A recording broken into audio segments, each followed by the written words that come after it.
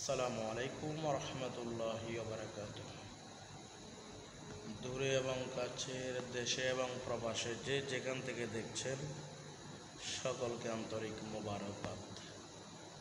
এই মসজিদটি হলো ফেনী মহিপাল দক্ষিণ চাঁদিপুর কেন্দ্রীয় জামে মসজিদ।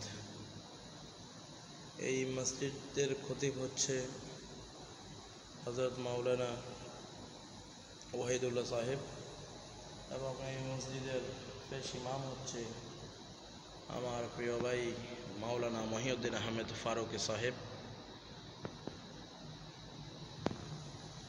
অনেক সুন্দর একটা মসজিদ, 13 নম্বর ওয়ার্ড, ফেনী পৌরসভার 13 নম্বর ওয়ার্ডের মধ্যে অনেকগুলো মসজিদের মধ্যে এই মসজিদটি হচ্ছে অন্যতম একটি মসজিদ এবং এই মসজিদটি হচ্ছে বড় মসজিদ।